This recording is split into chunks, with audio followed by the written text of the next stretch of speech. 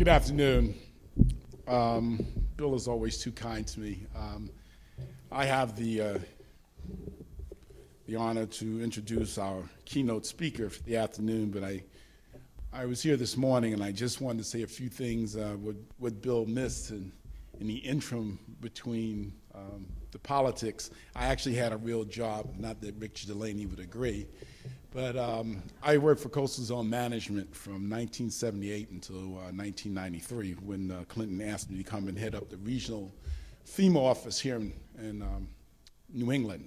So for 3.5 years, I worked under the Clinton administration with FEMA, and the preparation was incredible because of the 16 years that I spent in Coastal Zone Management.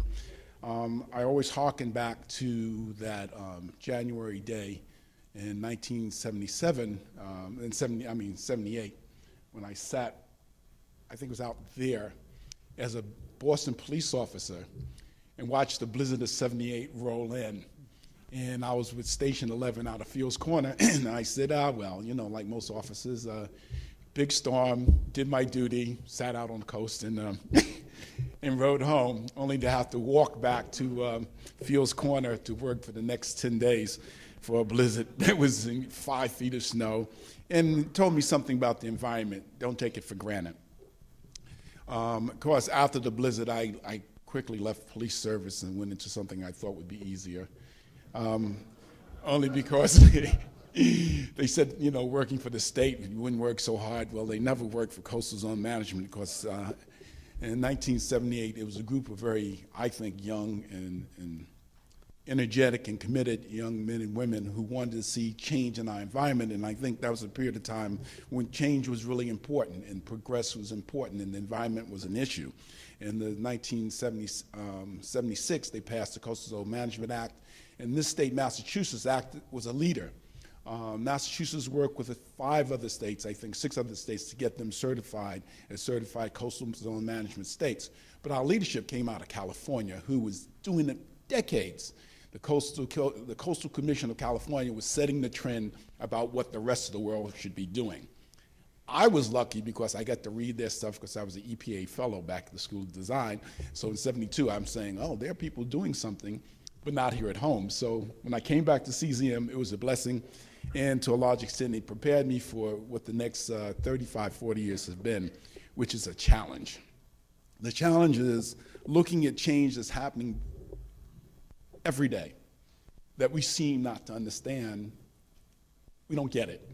Some of us get it. Some of us are trying. They're out there, and in Providence Coastal Center and Boston Harbor Associates. I mean, when they got started, but the fight for Boston Harbor Hotel and the other hotels and people who wanted to build on the water's edge, we were telling them then in 1980, don't do it. So, I mean, when we were paying for the photographer to fly over from Salem State, who was laying on his belly in the fixed-wing, single-engine aircraft, taking pictures, digitizing the coastline, so we could tell them about sea level rise, everybody was saying, well, maybe. As a New Yorker, I can tell you, if people had paid attention to what we said then, the situation from Sandy would have been mitigated. I don't remember people building south of Atlantic Avenue in Bay Ridge, in the other areas that were inundated, in Jones Beach areas. I mean, from Brooklyn, I can tell you, when it used to flood, Pennsylvania Avenue used to flood in Brooklyn. That's in the 60s. In the 70s and 80s, it doesn't change. Today, I'm going to bring you a speaker that I'm very proud to introduce, Dale Morris, only because he comes from a place that I've learned to revere. My 4 years at NATO, working with SCEPSI, the Senior Civil Emergency Planning Committee, gave me an opportunity to do what I think Clinton said to do, work with the developing nations coming out of Russia and some of the other countries that were members of NATO at the time to get them to understand civilian response to disasters and to sort of mitigate disasters, because under the leadership of Bill Clinton and directly by my boss, James Lee Witt, who was a former disaster manager in Arkansas, I understood that mitigation is better than repair. Mitigation is better than recovery, better than response, that if you can get there and try to prevent it and plan ahead, which is what my background is, then you're going to do a lot more for the economy. So as was said earlier, if we had mitigated these challenges, we probably spent more in building our economy in a better way. And so the best example was that in 1995, we were doing a training exercise in New Orleans. And in the middle of the exercise, it changed from a training exercise to a live event in New Orleans. Now, we know if you build a place below water's level, you're going to have a problem. But the response was, though, the leadership. Of the staff members that were there at the senior level, James Lee Witt fired 9 of them because they came to the training exercise, and when we moved from exercise to real play, they were not prepared to do their job. And he relieved them of their responsibility. Now, it sounds harsh, but it's about mitigation. It's about being prepared. It's about planning ahead and taking what you do seriously. And I can say this, CZM and the agencies that I've worked for and the people like Bill Goldman, they take this seriously, and he will always be prepared because he's looking towards the future. I'm proud to introduce Mr. Morris for 2 reasons. One, we're countrymen. He didn't know it, but we both come from the same country. My father's from a place called Curaçao, which is still a colony of the Netherlands, and we're subjects of the Queen.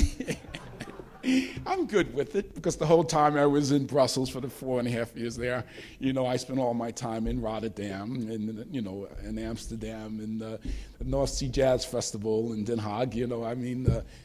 He'll explain it to you later maybe about why Amsterdam is so much fun, but it's a beautiful country. But what we've learned and what I was able to learn in working at the Port of Rotterdam to see how they prepared in the emergency management issues, how they prepared and worked with their coastal communities and surrounding neighborhoods, how they prepared and set up, the whole process for emergency response and things, and how government integrated with private sector and things of that nature. This is the way we need to be going. What we need to go back to what we did under the first Dukakis 1, where we had an A95 process. So at any time there was a major program, all the agencies in the state would respond to it, and they had a certain period of time. And if you didn't respond in that time, to determine whether or not it was a major project and they need, environmental impact review, then the project moved on. And that mitigates the problem of things being held up by, the Army Corps and other people, because we have to move on with the business of securing, making commerce work, but keeping our environment strong. So I'm going to read you a little something about Mr. Morris, but I think he belies the real reason why we need to hear from the Netherlands. They get it. They've gotten it for a long time. So if you think of New Amsterdam, you guys call it New York. That was the Dutch. If you want to give some credit to why you're here in a protected harbor, the Mayflower was paid for by the Dutch Trading Company. All over the world, if you go someplace and you hear French spoken, and you may hear some German, and you may hear a lot of English, if you listen carefully, you will hear the older people speaking Dutch because they understood trade and commerce, and for years, they actually went out and integrated themselves in the communities of all these nations around the world. Hence, you're still stuck with 4 islands, and they got Manhattan. You'll work it out. But hear from them because they've started, returning land to the ocean. They started tunnels and gateways. They've, in a sense, learned to utilize the resources. They make this process work, and we always refer to Netherlands as Holland, but the Port of Holland is a pretty active port. But if you really want to have a good time, you go to Rotterdam. Dale Morris is a senior economist at the Royal Netherlands Embassy in Washington, D.C., providing economic and political analysis of U.S. macroeconomics, fiscal and monetary policy, as well as the U.S. federal budget, tax, and appropriation development.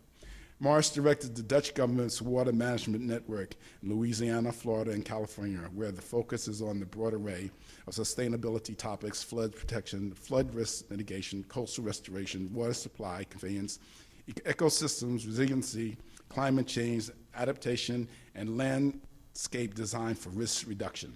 Morris is a co-director of the Dutch Dialogue. Morris has previously served as the legislative director and press secretary to 2 members of the U.S. Congress and was responsible for budget, tax, trade, appropriations, entitlements, and energy and environmental issues. Now, that says a lot, but what's most important, he comes from a nation that has gotten it right. There's one more footnote to history. While we want to thank the president who was smart enough to purchase Louisiana, I have to give credit to Toussaint Louverture, who made them the French sell it. Thank you.